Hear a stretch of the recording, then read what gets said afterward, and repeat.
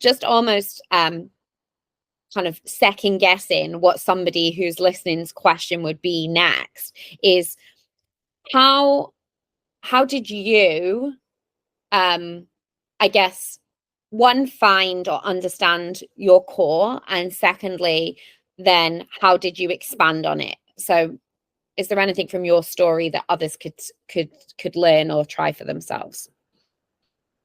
Well, I was very lucky because I was pushed beyond my limits when I was 4 years old.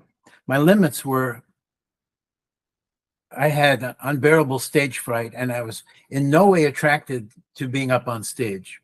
You know, it wasn't part of my plan. I didn't get that idea. But people I trusted said, you know, we don't ask that much of you.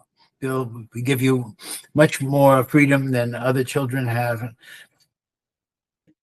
We respect your opinion on things, even though you're 4 years old. We have rational conversations together. But you got to do this for us. Just trust us. Please, you know, do this for us. So how can I say no? So unbearable stage fright, fine. I get up on stage. I do this over and over and over again, keep performing. Eventually, I experience this out of body. All of a sudden, I'm giving a perfect performance, but I'm observing it happen. It's not like me doing it.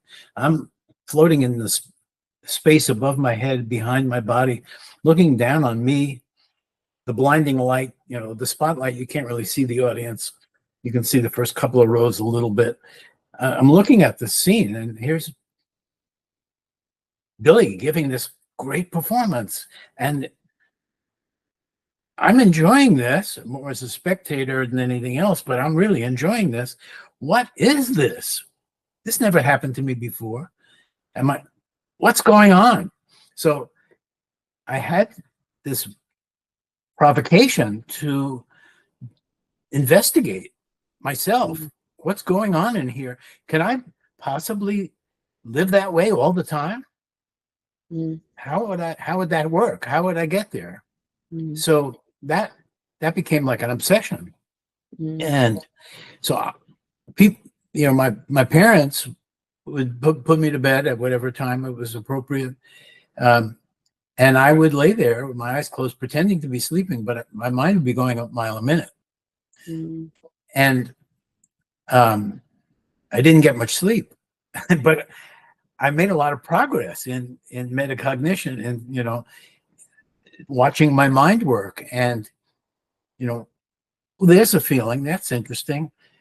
Like feelings and thoughts and images and perceptions and intuitions, all this stuff happens so fast.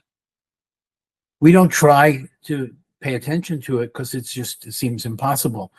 But I managed to make it possible. But it was mostly in those times that I was either in bed or in my room alone, staring at a wall or something. And, you know, to people who might be looking in on me, they might think that I'm, you know, on the spectrum, perhaps, or totally catatonic, or, you know, in some kind of a bad situation. But actually, I was contemplating and meditating and thinking, and I certainly learned the power of concentration.